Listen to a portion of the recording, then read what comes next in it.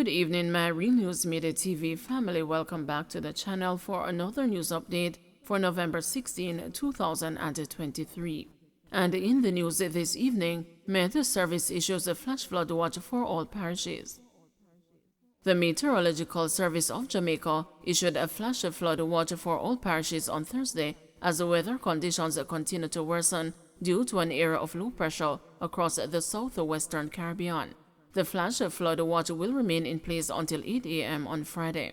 A flash flood watch is now in effect in Jamaica for all parishes until 8 a.m. on Friday. This means that flash flooding is possible. Residents should take precautionary measures, keep informed, and be ready for quick action if flooding is observed or if a warning is issued, the Weather Service said in a post on X, formerly Twitter, on Thursday afternoon. The Met Service had warned earlier that scattered showers are expected across the island, especially southern parishes, and rainy conditions are expected to continue through Friday into the weekend. Fisherfolk and other marine interests were also urged to exercise caution, especially on the island's south coast, as the sea conditions are expected to deteriorate. Mandeville Mayor urges caution amid severe weather conditions. Mayor of Mandeville, Donovan Mitchell, is urging residents to be cautious when traversing roadways in the parish amid severe weather conditions. Mayor Mitchell issued the warning while speaking with the news on Thursday in anticipation of possible flooding of certain thoroughfares in the parish. The parish has been experiencing some rainfall since yesterday, and the rainfall has increased since last night to today. We are monitoring the situation. They have a team on the road, but I just want to advise that the retention ponds, especially the one beside the Mandeville Hospital, I think at this time is up to capacity. In the vicinity of Bel-Air High School or the Bel-Air schools, there are some problems there. And so we're asking the traveling public to be cautious in traversing these roadways. I'll be heading back to my office to get an update from my disaster preparedness coordinator and some instructions from the ministry if we need to have an emergency meeting as to what is happening, because some of the roadways may become impossible because of the amount of rains that we are falling. We are also watching the Alligator Pond area and the Christina area to see if there's anything happening. But at the same time, we do ask that people be cautious in traveling on the roadways at this time. Apart from the fact that there is silt has developed along the area that is causing some blockage, there's an area that we need to have access to, which we are impeded by having access because of some issues. And so we have asked our lawyers, our attorneys, to seek the permission to get the requisite permission to go into the property and to have the blockage removed so that the water can run off the roadway at this time. Laborer shot and killed in Portland. The Portland police are investigating the shooting death of a resident at David Lane in Port Antonio in the parish on Wednesday. The deceased has been identified as Romaine Grant, popularly known as a Tiger, a laborer of the David Lane community. The police say Grant was at home sleeping about 5:45 a.m. when a gunman forced open a front door, entered his house, and fired several shots hitting Grant. The attacker reportedly fled the scene, and Grant was rushed by the police to the nearby Port Antonio hospital but died while being treated. It is the second shooting incident in the Port Antonio area in less than 2 weeks.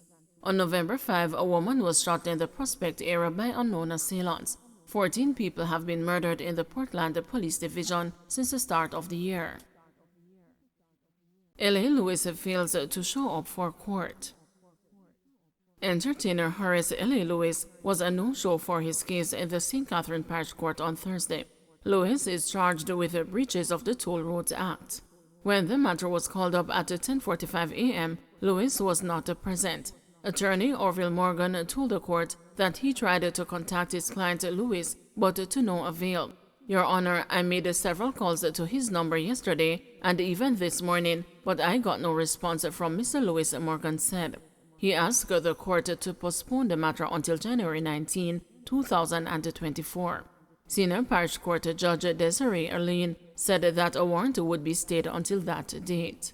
Lewis was charged after he recorded and published a video on social media in which he was seen breaching the toll barrier in St. Catherine. It is alleged that on April 30, Lewis drove through the toll plaza twice without paying and damaged the barrier in the process. He was arrested on a warrant at the Norman Manley International Airport and subsequently charged. Police say they are mobilizing full resources against the escalating bomb threats. The Jamaica Constabulary Force says it is intensively tackling a series of bomb threats that have been disrupting peace across Jamaica. Recognized as a systematic attack on national stability, these events are being met with the full mobilization of police resources, the JCF said in a statement on Thursday.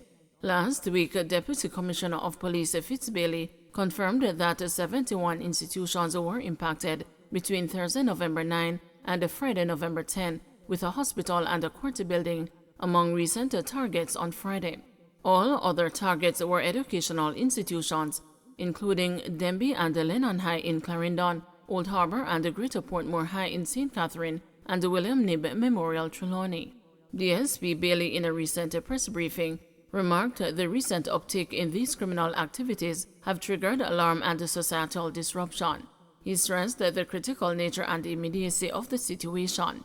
Highlighting the complexity of the threats, DCP Bailey said, "Our investigations indicate these threats are sophisticated, likely beyond the capabilities of novices. This suggests the involvement of highly skilled individuals in the cyber domain," the statement read. The JCF, alongside the Jamaica Defense Force, major organized crime and anti-corruption agency, and international partners, are vigorously pursuing leads. "We are fully committed to apprehending those responsible," affirmed DCP Bailey. He noted the use of various modern communication methods, including social media, emails, and phone calls, to disseminate these threats. In addition to resource mobilization, legal experts are scrutinizing laws to ensure the harshest possible penalties for the culprits. DCP Bailey stated, "We are exploring all legal avenues to ensure that the perpetrators face severe punishment." The JCF urged the public to stay vigilant and report any unusual activities. Community operation is essential in maintaining national security. "We are unwavering in our resolve to bring the offenders to justice," DCP Bailey said. "No Alice when Crab Circle returns," says Kingston Mayor. Kingston Mayor Delroy Williams says a controversial vendor Alice Waugh will not be returning to Crab Circle when the eatery reopens at Hero Circle next Thursday. The popular food stop is being reopened to the public after being shuttered for weeks following a viral video showing Waugh relieving herself at her stall. Waugh, in a news report published on Thursday, said she has been rendered jobless because of the incident and indicated that she would be returning as a vendor at the facility when it is reopened, saying she intends to rebuild trust with her clients. But in a tweet on Thursday, Williams said the municipality had already decided that Waugh would not be returning as a vendor when Crab Circle makes its return. He said the stall she previously occupied will be reassigned to another vendor. Not sure why this is being raised days after the reopening, where the position of the municipality has already been stated, the mayor tweeted in response to the article. Alice Waugh will not be returning to Crab Circle as a vendor come next week. He added, "We wish Ms. Waugh the best in her other endeavors, but she will not be permitted to return to Crab Circle as a vendor, preparing food for the public, given several public health concerns." Waugh reportedly did not participate in the mandatory training and certification program organized by the Kingston and St. Andrew Municipal Corporation in partnership with Heart NSTA Trust. She reportedly said in the media interview that she was sick during the period the sessions were being carried out. The vendors who are returning have met with the council, completed certification by Heart, and have done the necessary food handlers training. She has not, Williams tweeted. The Crab Circle vendors last month participated in a 5-day training program in proper food handling and preparation. During one of the monthly meeting of the KSAMC at the time, Mayor Williams said the training would cover a lot in terms of occupational health standards and the general professionalism in administering and operating within food facilities, and it ranges from dress safety gears and the preparation of food to sanitization in food facilities. Having gone through the 5-day program, the vendors at the food spot are now all certified and will be receiving their food handler's permit before next Thursday's reopening.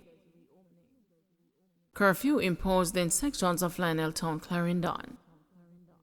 A 48-hour curfew has been imposed in sections of the Lenel Town community in the Clarendon Police Division. The curfew began at 6 p.m. on Wednesday and will remain in effect until 6 p.m. on Friday, November 17. The boundaries of the curfew are north along an imaginary line approximately 500 meters from Lenel Town settlement, continuing onto Moneymusk Sugar Estate, extending across Bustamante Drive to Bustamante High School at the eastern boundary. East along an imaginary line approximately 1,800 meters from the Bustamante High School, extending across the unnamed roadway to capture land and the Lenel Town housing scheme at the southern boundary. South along the unnamed roadway, approximately 400 meters from the eastern boundary to the old market at the western boundary. West along the Mall Road, approximately 700 meters from the eastern boundary to Lenel Town settlement at the northern boundary. During the hours of the curfew, all persons within its boundaries are required to remain within their premises for 48 hours unless otherwise authorized by the ground commander.